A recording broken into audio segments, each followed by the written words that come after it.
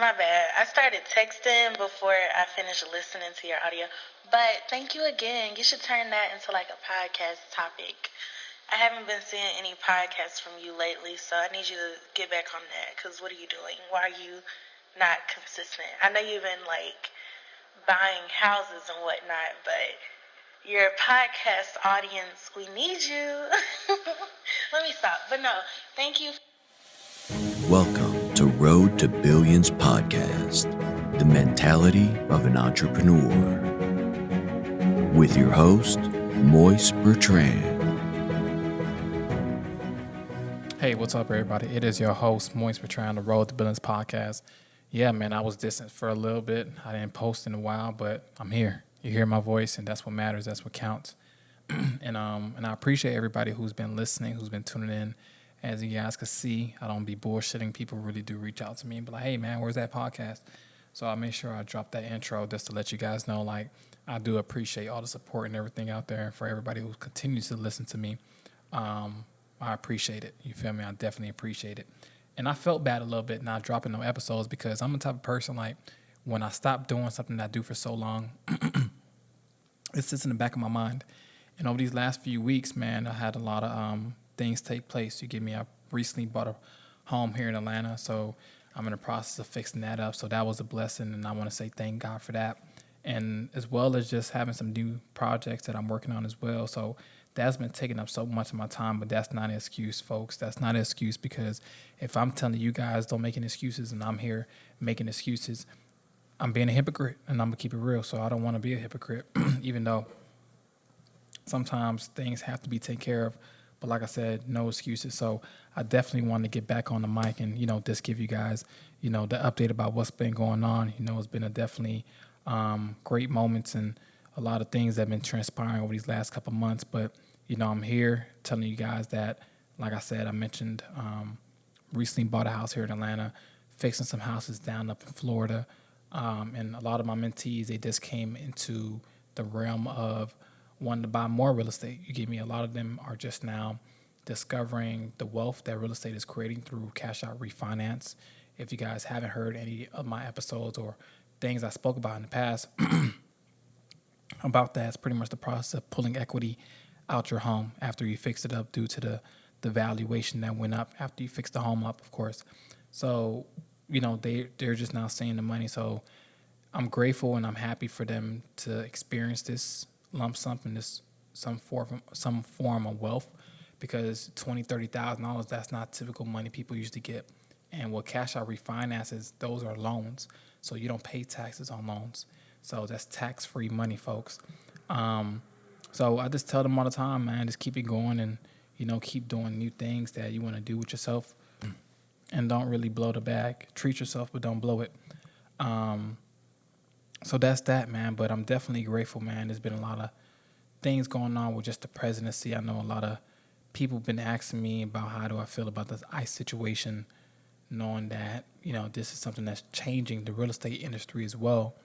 Because if you guys don't know, a lot of the construction workers or handyman, plumbers, unfortunately, they didn't have the papers to work, in the U.S. Great people, great workmanship, great attitudes, always on time, doing work to fullest and best capabilities that they're able to. But due to the economic state of the new presidency, that kind of limited the amount of people who are available to work on simple jobs like landscape, roofing, and all these things. And these people, when I say these people, I'm pretty much using collective. I'm gonna say immigrants, right? I'm not gonna say illegal immigrants, even though a lot of people want to say illegal. I just feel like everybody's illegal somewhere. You feel me? You legally somewhere. But they didn't have the right paperwork. I understand where the government's coming at. You gotta do the things the right way.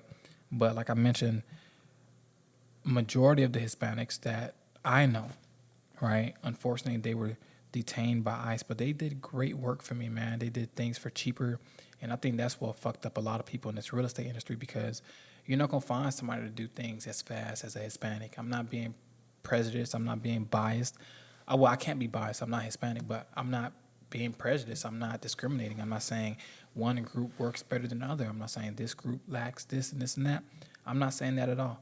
All I'm saying is with the current state of the economy, people are always trying to find good deals, and Hispanics are universally known to just give great workmanship, producing great product, and the ethic, the work ethic that they have is, you can't beat them, man. They don't get tired. You give me they don't get tired, and I feel like that's what messed up a lot of people's heads, because the roofing, they're taxing an arm and a leg. I got a roofing quote, man, right? And it was some bullshit, but I just still went through it. I didn't do the actual roof with the company, but I just want to see how far would they think I would take it with them. How dumb would they think I am? So I played dumb with them, and I'm hearing numbers like 17,000, 19,000. I'm like, man, you guys must be smoking crack. You get me? Because there's no way I'm paying that for a roof. And, like I said, I had a lot of people who, in the past, who were roofers, who were Hispanics. Some way, somehow, they were still able to give me the permits for the roof. And I'm going to keep it real with you, man. I don't know if they were pretty much employed by the GC, which I think will happen. And the GC just ran the permit under his name and hired these guys. And I just got a cheaper deal for a lot of the work I did for the past. But that's a thing of the past. That's not a thing of the new age of real estate move forward, because, like I mentioned, a lot of things are jacked up now. We have a lot of GCs just ruining it, man. Just fucking up the game, messing people up, not doing work that needs to be done correctly. And, it throws a lot of people off, because now people are forced to work with these companies that have these big-ass Ford F-150 trucks and Ram trucks that pull up, and they have the big-ass sign next to them that says roofing, gutter, sidings, and they have the nice logo, and it's freshly painted, and it has a 1-800 number on it. You're about to get taxed like a motherfucker. Like, there's no games in this shit. And I learned that, you feel me? Especially with this new Atlanta property, just the bundle of tons of paperwork and just sorting through 20 and 30 different companies, man. I'm not bullshitting. Literally looking for good roofing, looking for good HVAC, looking for good carpenters, looking for good everything, man. Just like, it's always something going on here in Atlanta, and that's why you got to definitely make sure you talk to the right people and get the right information. But like I said, the Hispanics that they used to chill at Home Depot and stuff in the parking lot is vast. The parking lot's empty, man. It's kind of unfortunate, because a lot of homes are going to be broken up, and a lot of work is going to be stalled up. I had a friend of mine who's working on some floors, some tiles, and he said that he couldn't even he had to give the owner back the money, man. They demolished the floors, and he told the owner, I apologize. He gave the owner the deposit back, and he said, I can't finish this job without nobody else with me. I had 4 other people with me, and they didn't come to work, and I can't get nobody to come work with me the time frame you need me to do the work.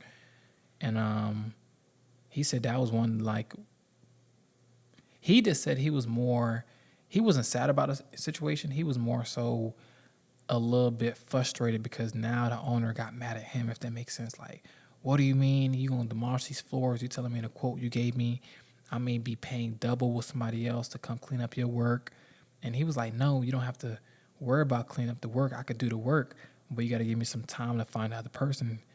Owner was like, I don't have time. And I understand what the owner is saying too, because as a investor, and I don't know if this owner was an investor or a regular homeowner, but from an investor standpoint, I hate when sometimes work is delayed because things may be out of our control. That happens, right? It's things that happen with the game, and it's nothing you really could do. But in this instance, this person may be planning for something, or really wanted this floor done in a timely manner.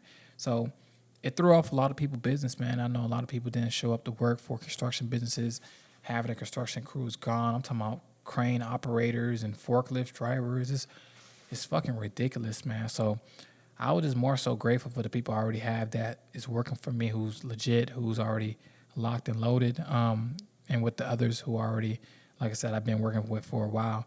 So, it's like I said, it's definitely changing the realm of real estate. It doesn't mean that it's going to fuck up real estate. It just means that you have to be a lot more, you have to do your due diligence more when you speak to people, and who you speak to, and where you get your information from, and who does your work. Because honestly, man, if you're doing work nowadays, you'd rather get a permit, bro, because that's not something you want to play with, especially with insurance jacking up prices every year on some bullshit. And they may not just want to file the claims on whatever happens in your house because you don't have a permit for it. So they can't document that it was actually done by a real GC.